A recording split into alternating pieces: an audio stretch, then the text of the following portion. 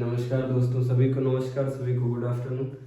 इससे पहले वाली क्लास में प्राचीन इतिहास में देख रहे थे मौर्य काल का पतन। मौर्य काल के पतन में देख लिया था वित्तीय कारण, उत्तराधिकारी का अयोग्य होना, है ना, ब्राह्मणों की नीति के कारण।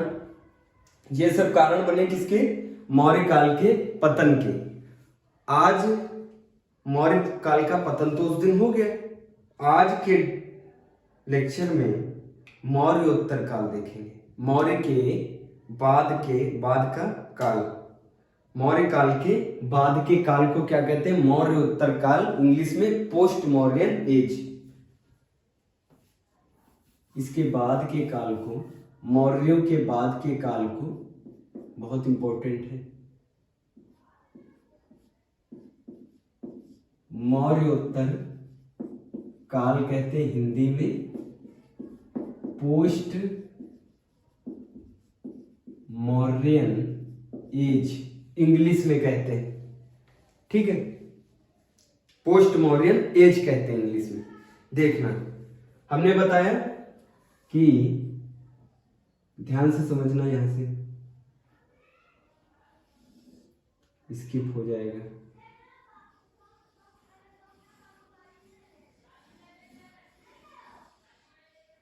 देखो, इस पूरे भाग पे लगभग यहां तक, इस पूरे भाग पे किसका शासन था? मौर्यों का। लास्ट रूलर मौर्यों का कौन था? लास्ट रूलर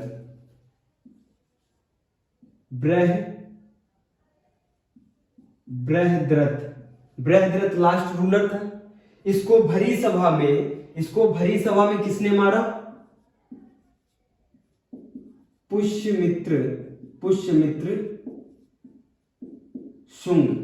शुंग ने भरी सभा में इसको खत्म कर दिया।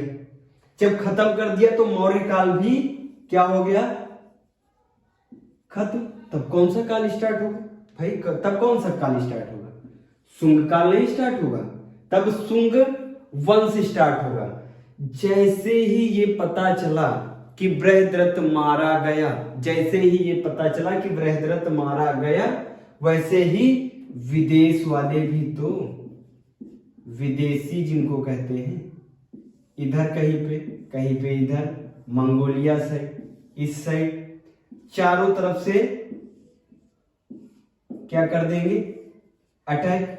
क्योंकि जिससे डर था, जिस मौर्य साम्राज्य से डर था, उसका आखिरी रूलर बृहद्रथ तो मारा गया। किसके द्वारा? पुष्यमित्र शुंग के द्वारा। तो पुष्यमित्र शुंग कहां पे कब्जा करेंगे? पुष्यमित्र शुंग लगभग इस भाग पे और कहीं तक इस भाग पे क्या कब्जा कर लेंगे? कौन? पुष्यमित्र शुंग।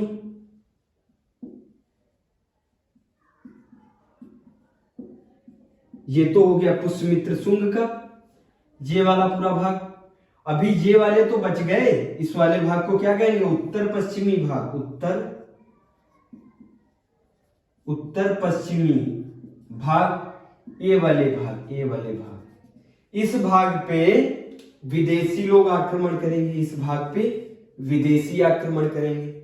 इसीलिए मौर्य उत्तर काल में हमको देसी राजवंश और विदेशी राजवंश दोनों पढ़ने, दिमाग में रखना, दोनों पढ़ने। साफ दिख रहा है, ठीक है। मौर्य उत्तर काल में पोस्ट मौर्यन एज मतलब मौर्य काल के बाद का काल। मौर्य काल के बाद के काल में एक तो हमको देसी राजवंश, पहला हमको देसी राजवंश देखना, ठीक है। दूसरा हमें विदेशी राजवंश देखना है। देखना, मौर्य उत्तर काल में एक तो क्या देखेंगे? देसी राजवंश, और एक क्या देखेंगे? विदेशी राजवंश।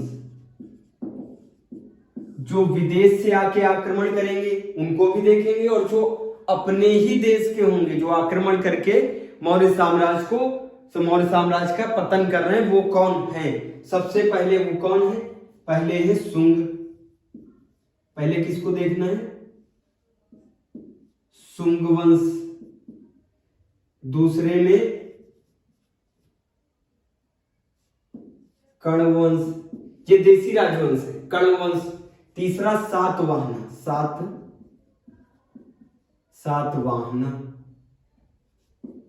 सातवाहन।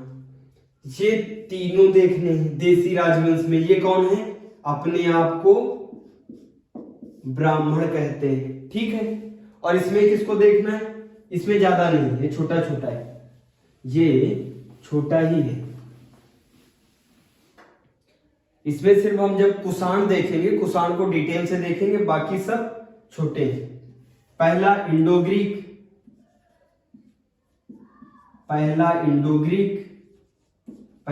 ग्रीक देखेंगे, जिनको यवन भी कहते हैं, यूनानी भी कहते हैं, इंडो ग्रीक। दूसरा शक, तीसरा पार्थियन,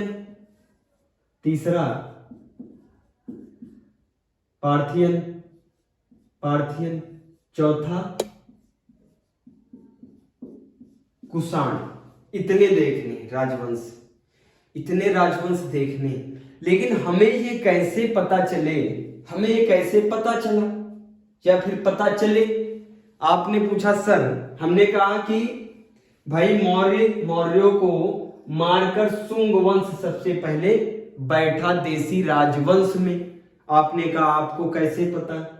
हमने कहा उसके बाद कर्ण बैठा। आपने पूछा आपको कैसे पता? हमने कहा सातवाहना उसके बाद बैठा। आपने कहा आपको कैसे पता चला? उत्तर पश्चिम भाग में जहां ये अभी हमने वो मैप बना के दिखाया कहां कहां पे लोकेट हो रहे हैं, ये देसी राजवंश जहां पे मध्य भारत एवं दक्षिण भारत, ये दक्षिण भारत में विस्तृत होते जा रहे हैं। कौन? देसी राजवंश। वही विदेशी राजवंश उत्तर भारत और उत्तर पश्चिम की तरफ क्या कर रहे हैं? धीरे धीरे सेट होते जा रहे हैं। लेकिन आपने पूछा आपको कैसे पता? हमने कहा हमने क्या पढ़ा है? आर एस शर्मा किताब पढ़ी हमने, प्लस हमने एनसीईआरटी पढ़ी 11th क्लास की एनसीईआरटी इतिहास की पढ़ी। तो आपने पूछा, क्यूरियोसिटी हो सकती है, आपने पूछा कि इनको कैसे पता, आर एस शर्मा को कैसे पता कि यही आए होंगे, शुंग वंश आए होंगे, कण्व आए होंगे, फिर विदेशी में इंडो ग्रीक आए होंगे उत्तर पश्चिम भाग में। तब तो बात फंस गई। इसके लिए हमको आपको साक्ष्य देने पड़ेंगे। साक्ष्य मतलब सबूत देने पड़ेंगे। सबूत दो प्रकार के, एक तो पुरातात्विक और दूसरे साहित्यिक। एक पुरातात्विक दो और दूसरा साहित्यिक स्रोत बताने पड़ेंगे। अब लिख लो भाई, मौर्योत्तरकालीन राजवंशों की जानकारी के स्रोत।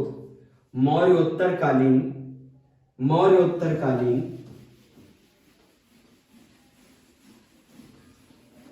इतने राजवंश हमको पढ़ने। इसके बाद गुप्त काल पढ़ेंगे। इतने राजवंश के बाद सेपरेट गुप्त काल पढ़ेंगे। गुप्त काल के बाद दक्षिण भारत का थोड़ा सा इतिहास है। एंशिएंट हिस्ट्री पूर्ण तरीके से खत्म, पूर्ण तरीके से। हाँ, क्या बता रहे थे?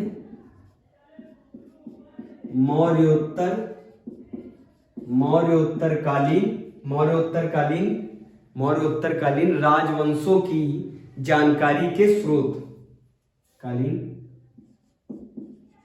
राजवंशों की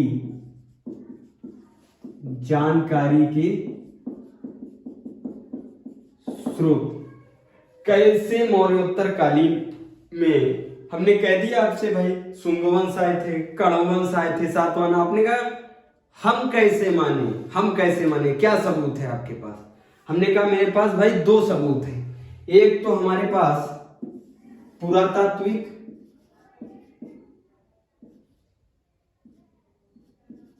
एक तो हमारे पास पुरातात्विक मतलब आर्कियोलॉजिकल एविडेंस है मेरे पास, और दूसरा हमारे पास साहित्यिक लिटरेचर, साहित्यिक स्रोत है। आपने कहा दिखाओ, हमने कहा अभी दिखाते हैं। पहला जो हम दिखाएंगे उसे जो पहला हम दिखाना चाहते हैं स्रोत, वो है रुद्रदामन का जूनागढ़ अभिलेख। ये रुद्रदामन शक का है, अभी हमने बताया था ना, इंडो ग्रीक शक की 5 शाखाएं हैं। उन 5 शाखाओं में मालवा पे जो राज करता है उसका नाम था रुद्रदामन, राजा का नाम था रुद्रदामन। अब हम क्या बता रहे हैं आपको, जानकारी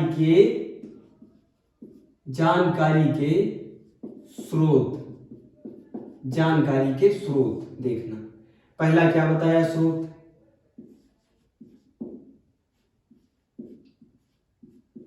जूनागढ़ का रुद्रदामन का जूनागढ़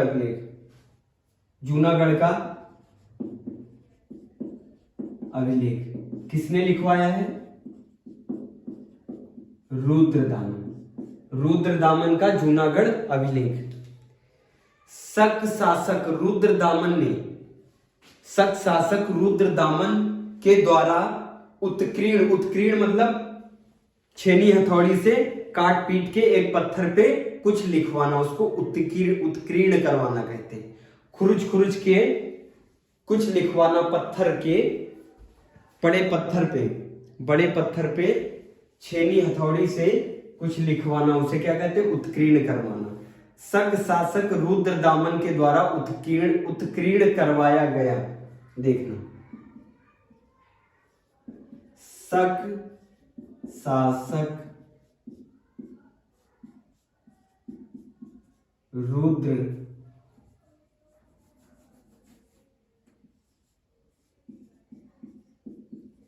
रुद्रदामन के द्वारा उत्कीर्ण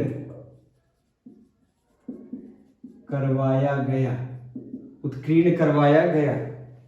शक शासक रुद्रदामन के द्वारा उत्कीर्ण करवाया गया। जब हम मौर्य काल पढ़ा रहे थे तो हमने बताया था आपको, चंद्रगुप्त मौर्य ने सुदर्शन झील बनवाई थी। पहले बताया था पुष्यगुप्त के माध्यम से सुदर्शन झील बनवाई थी। ये सुदर्शन झील का इतिहास बताता है। शक शासक रुद्रदामन का जो जूनागढ़ अभिलेख है, शक शासक रुद्रदामन के द्वारा उत्कीर्ण करवाया गया जूनागढ़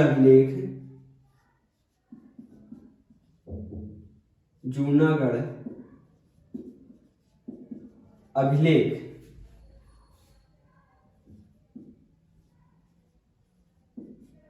सुदर्शन झील के बारे में बताता है। बनवाया किसने था, चंद्रगुप्त मौर्य ने, लेकिन हमें जानकारी कहां से मिलती है, रुद्रदामन के जूनागढ़ अभिलेख से। सुदर्शन झील का निर्माण चंद्रगुप्त मौर्य के काल में पुष्यगुप्त नामक मनुष्य के या गवर्नर थे उस समय, वो पुष्यगुप्त के द्वारा करवाया गया था। ये तो क्लियर है पहले से। अशोक के काल में इस झील पर बांध का निर्माण कराया गया। देखना, कंफ्यूजन क्लियर कर लेना, अलग अलग आता है। अशोक के काल में इस सुदर्शन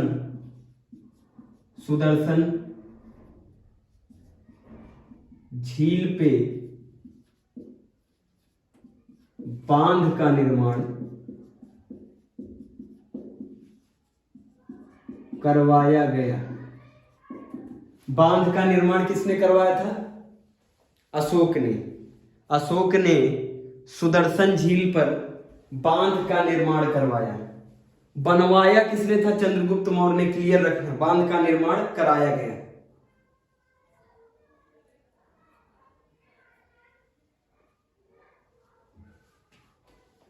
बांध का निर्माण करवाया गया। यहां तक सबको क्लियर? शक शासक रुद्रदामन ने इस बांध की मरम्मत करवाई। शक शासक जिसके बारे में शक शासक कौन है? जूनागढ़ सॉरी रुद्रदामन। शक शासक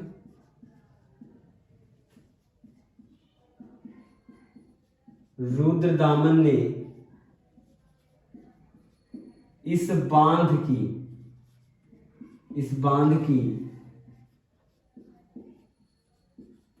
मरम्मत करवाई।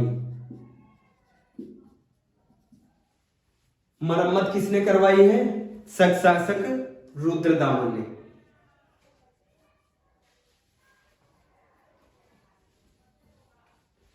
फिर देखना, इसी जूनागढ़ अभिलेख की बात कर रहे हैं। जूनागढ़ अभिलेख में ही पहली बार विष्णु के साथ मां लक्ष्मी का अंकन किया गया।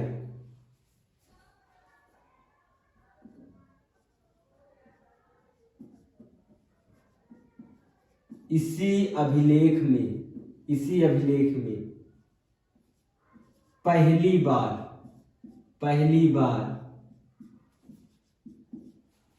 मां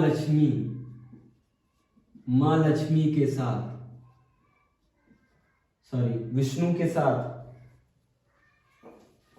विष्णु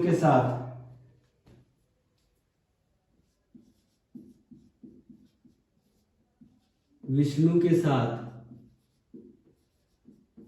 मां लक्ष्मी का अंकन किया गया। मां लक्ष्मी का अंकन किया गया। नोट डाउन करो फटाफट। दिख रहा है साहब? मां लक्ष्मी का अंकन किया गया। ये तो हो गया पहला अभिलेख, रुद्रदामन का जूनागढ़ अभिलेख। यहां तक क्लियर है? अब आप सोच रहे होंगे इससे हमें क्या मिल रहा है? कंफ्यूजन हो रही। इससे हमें पता चल रहा है कि हाँ शक शासक कहीं पे थे, ये पता चल रहा है जूनागढ़ अभिलेख से। हमने बताया ना शक शासक। अभी आप कहेंगे शुंग पहले बताना चाहिए था, तो अभी देख लो, आ गया दूसरा अभिलेख। अभी देखो इस अभिलेख में शुंग शासक भी आ जाएंगे। इनके द्वारा जो बनवाया गया, इससे पता चलता है कि कौन किस काल में आया और कौन किस काल में रहा। रुद्रदामन का जूनागढ़ अभिलेख हो गया। अब डाल लो हेडिंग अयोध्या अभिलेख।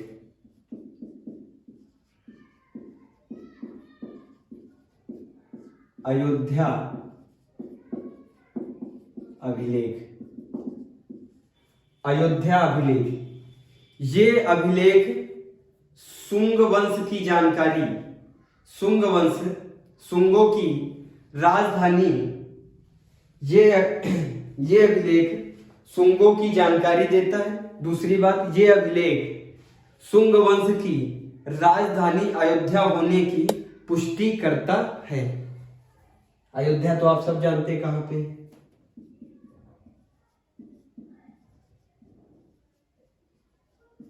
ये अभिलेख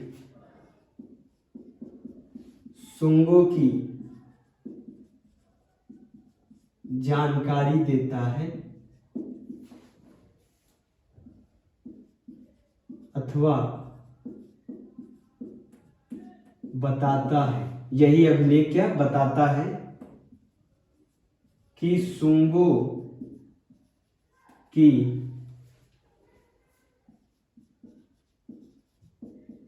राजधानी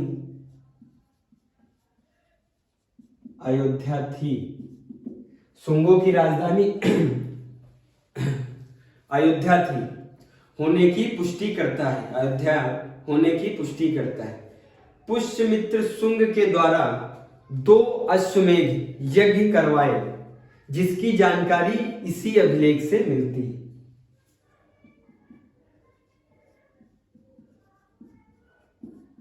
पुष्यमित्र शुंग के द्वारा दो अश्वमेध यज्ञ जानते हैं ना, जिसने रामायण देखी है पुरानी वाली, उसमें अश्वमेध यज्ञ तो वो जानता होगा कि एक राजा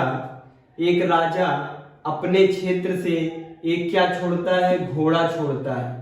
घोड़ा जिस राज्य से होकर जाता है, जिस राज्य से होकर जाता है, और उस राज्य का राजा अगर उसको नहीं रोकता है तो वो राज्य किसके अधीन मान लिया जाता है, जिसने ये यज्ञ करवाया है। और जो राज्य इस घोड़े को रोकता है उस राज्य से युद्ध होता है। ये एक पराक्रम को दिखाता। पुष्यमित्र शुंग के द्वारा दो अश्वमेध यज्ञ कराए गए, जिसकी जानकारी इसी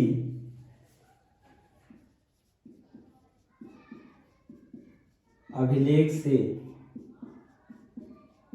मिलती है। इसी अभिलेख से पता चलता है कि पुष्यमित्र शुंग कौन था और क्या किया उसने। समझ में आ रहा है।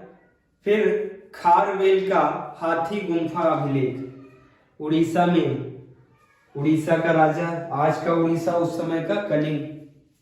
खारवेल का हाथी गुंफा अभिलेख आ जाएगा नीचे।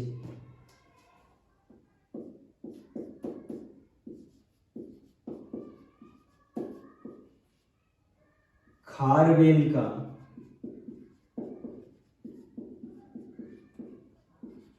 हाथी गुंफा अभिलेख, खारवेल का हाथी गुंफा अभिलेख, खारवेल का हाथी गुंफा अभिलेख, ये उड़ीसा में स्थित है।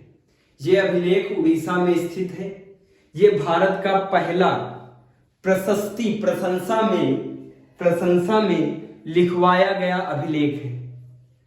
ये भारत का, ये अभिलेख कहां पे है? आज जहां उड़ीसा है वहीं जाओगे तो ये अभिलेख आपको देखने को मिलेगा। ये भारत का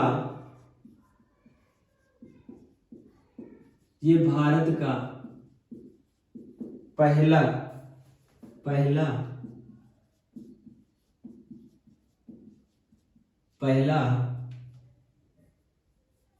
ये भारत का पहला प्रशस्ति अभिलेख है। प्रशस्ति अभिलेख मतलब प्रशंसा के लिए जो अभिलेख लिखा गया है, ये भारत का पहला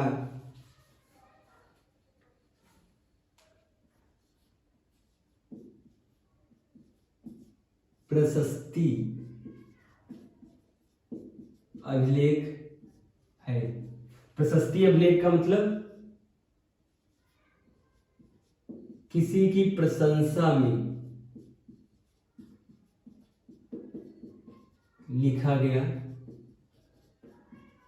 अभिलेख। किसकी प्रशंसा?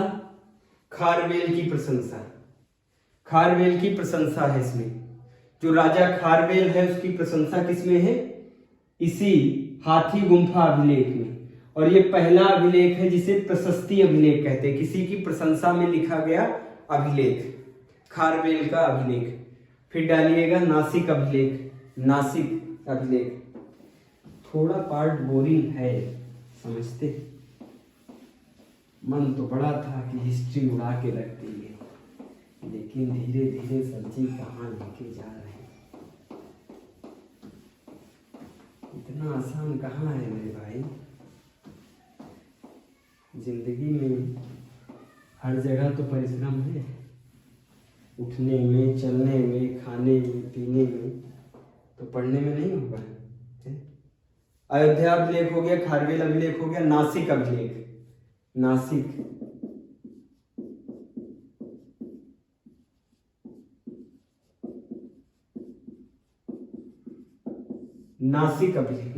अभिलेख से हमें क्या जानकारी मिलती है, देखना ये बहुत महत्वपूर्ण है।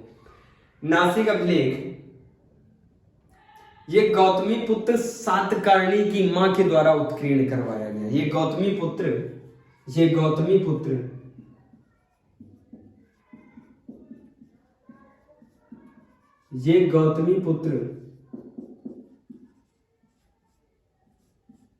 सातकर्णी। देखो ये जो गौतमी है ना, गौतमी, ये जो राजा सातकर्णी है राजा, और जो ये गौतमी नाम लिखा है ये इनकी माता का ही नाम है, माता का नाम है। सोचो इस जमाने में कितना अच्छा रहा होगा कि अपने नाम के आगे माता का नाम लगाया जाता है, माता का नाम लगाया जाता है। ये काल है सातवाहनों का, अभी आगे पढ़ाएंगे। ये गौतमी पुत्र सातकर्णी की मां के द्वारा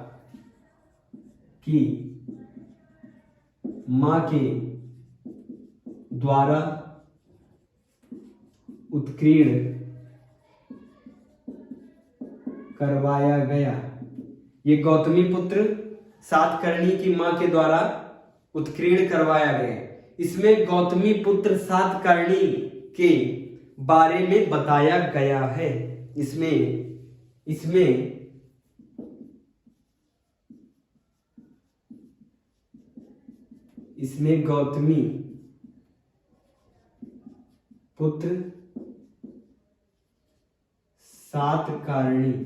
गौतमी पुत्र सातकर्णी के बारे में बताया गया है। गौतमी पुत्र सातकर्णी के बारे में बताया गया है। इसमें गौतमी पुत्र सातकर्णी की तुलना क्षत्रियों के संहार करने वाले परशुराम से की गई। इसमें क्योंकि ये कौन था गौतमी पुत्र सातकर्णी, अपने आप को क्या कहते थे, ब्राह्मण थे ना। इसमें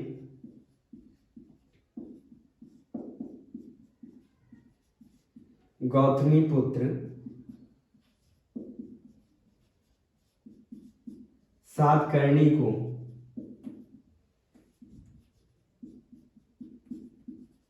क्षत्रियों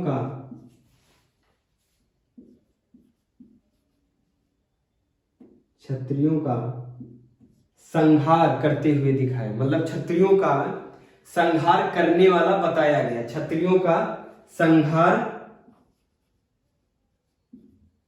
करने वाला तुलना किससे क्षत्रियों का संहार करने वाला तुलना परशुराम से की गई।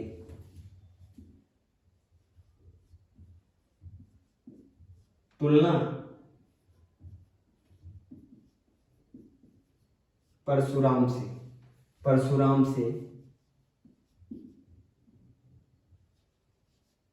की गई है। किसकी तुलना परशुराम से की गई? गौतमी पुत्र सातकर्णी की। ये लिखित अभिलेख हमको कौन सा अभिलेख है जो ये बताता है? नासिक अभिलेख है। ये अभिलेख किसने लिखवाया? गौतमी पुत्र सातकर्णी की मां ने। इसी अभिलेख में गौतमी पुत्र सातकर्णी का नाम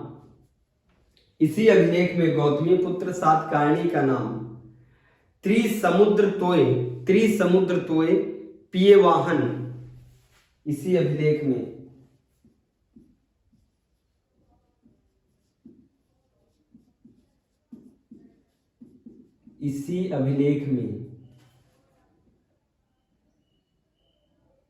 गौतमी पुत्र सातकर्णी का नाम त्रिसमुद्र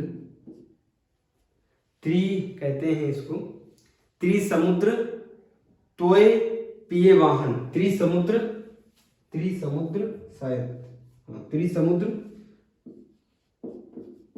तोय पिए वाहन। इसका मतलब समझ रहे हो? इसमें इस अभिलेख में गौतमी पुत्र सातकर्णी का नाम त्रिसमुद्र तोय पिए वाहन, मतलब गौतमी पुत्र सातकर्णी का जो वाहन है घोड़ा, वो 3 समुद्रों का पानी पीता है। इससे पता चलता है ये रहा भारत, ये रहा ये समुद्र, बंगाल की खाड़ी, हिंद महासागर, अरब का सागर। इन तीनों का पानी इसका घोड़ा पीता है, किसका? गौतमी पुत्र सातकर्णी का। त्रिसमुद्र, इसमें बताया गया है क्या? इसका घोड़ा, जो इसका वाहन है, इसका घोड़ा 3 समुद्रों का पानी पीता है। इसका घोड़ा 3 समुद्रों का पानी पीता है।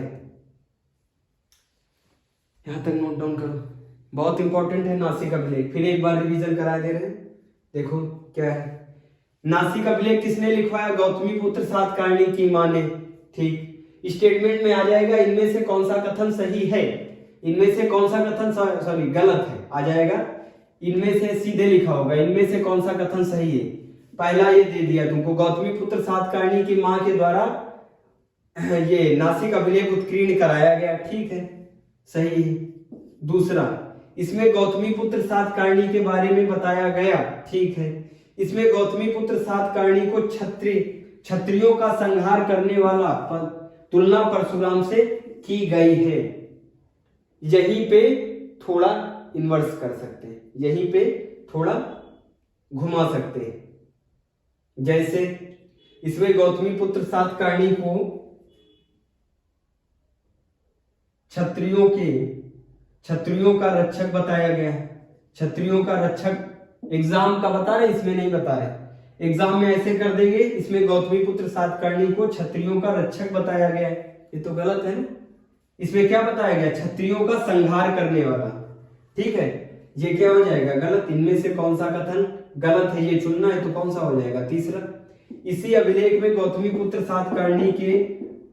सातकर्णी का नाम त्रिसमुद्र तोय पिए वाहन, 3 समुद्रों का इसका वाहन क्या पीता है? पानी। बात क्लियर है तो रफ करें। इसके बाद अमरावती अभिलेख, अमरावती अभिलेख, नानाघाट अभिलेख, अमरावती अभिलेख। उसके बाद शुंग वंश से स्टार्ट कर देंगे, इस लेक्चर में तो नहीं हो पाएगा, नेक्स्ट लेक्चर में शुंग वंश स्टार्ट कर देंगे। ये स्रोत बता रहे हैं भैया, स्रोत जानकारी के, मौर्योत्तर काल की जानकारी कैसे मिली होगी?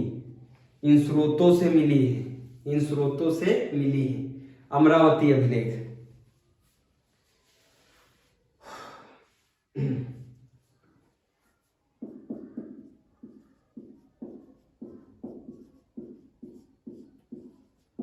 छोटे छोटे अभिलेख, अमरावती अभिलेख। इसमें 7 वाहनों, सॉरी, ये 7 वाहनों का पहला अभिलेख है, ये 7 वाहनों का अमरावती अभिलेख।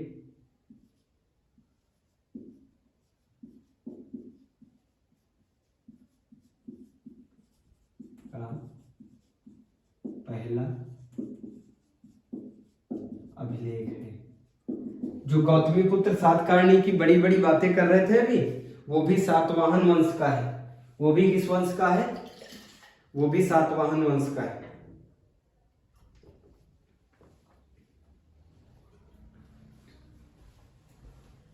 सातवाहनों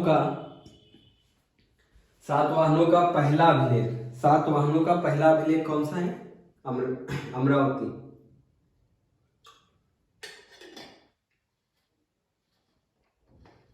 फिर डाल लो नानाघाट अभिलेख, नानाघाट अभिलेख,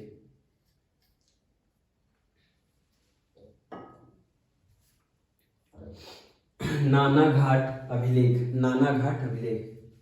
देखो नानाघाट अभिलेख, ये गौतमी पुत्र, सॉरी, ये इस अभिलेख का संबंध सातकर्णी प्रथम से है। इस अभिलेख का संबंध सातकर्णी प्रथम से है।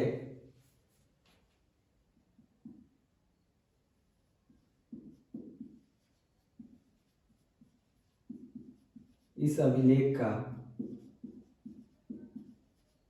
संबंध सातकर्णी प्रथम से है, सातकर्णी प्रथम से है। इस अभिलेख में बताया गया कि सातकर्णी प्रथम ने अश्वमेध यज्ञ कराया। लिखो चाहे ना लिखो, कोई जरूरी नहीं। फिर देख लो साहित्यिक स्रोत। साहित्यिक स्रोत ये तो हो गए पुरातात्विक स्रोत, अब देख लेते हैं साहित्यिक स्रोत।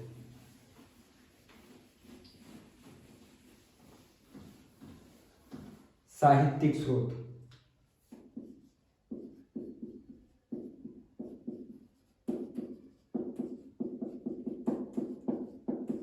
साहित्यिक स्रोत, पहला साहित्यिक स्रोत है Periplus of the Erythraean Sea. Periplus of the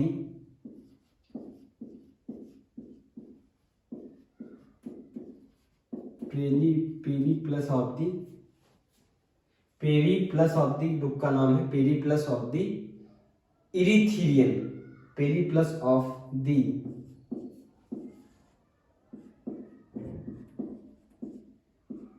Erythraean, Periplus of the Erythraean Sea. Erythraean Sea अज्ञात यूनानी लेखक के द्वारा लिखी गई। अज्ञात यूनानी लेखक के द्वारा लिखी गई मौर्योत्तर कालीन व्यापार एवं वाणिज्य के विषय में बताती है। ये बुक क्या बताती है? ये बुक बताती है मौर्योत्तरकालीन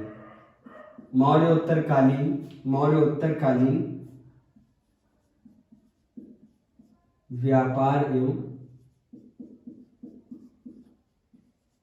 वाणिज्य को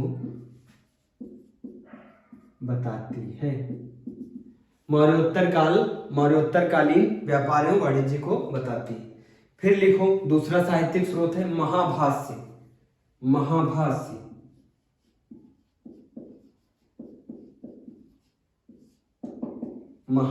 महाभाष्य में क्या है? पतंजलि के द्वारा लिखी गई। महाभाष्य किसने लिखा? पतंजलि के बारे में, सॉरी पतंजलि ने लिखा।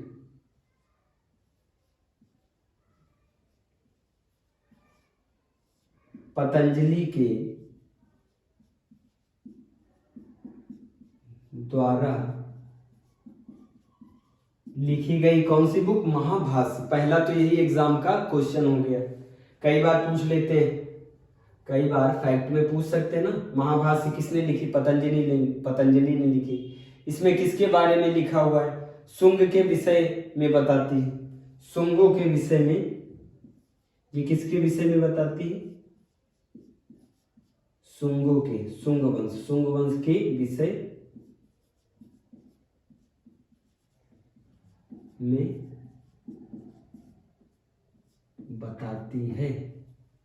बताती है। शुंग वंश के विषय में बताती है। यहां तक नोट डाउन करो फटाफट। अच्छा, इस वाले लेक्चर में यही वाला देख लेते हैं। नेक्स्ट वाला जो लेक्चर है अभी फिर से लेने वाले हैं, तुरंत बात लेने वाले हैं। उसमें देशी राजवंश से स्टार्ट करने जा रहे हैं। देशी राजवंश से कौन सा? शुंग, कण्व और सातवाहन से स्टार्ट करेंगे। अभी यहीं तक नोट डाउन कर लो फटाफट, नोट डाउन कर लो। ये वाला लेक्चर यहीं तक रखो। ये सिर्फ अभिलेख के बारे में, जानकारी के स्रोत डाल देंगे उसमें, जानकारी के स्रोत।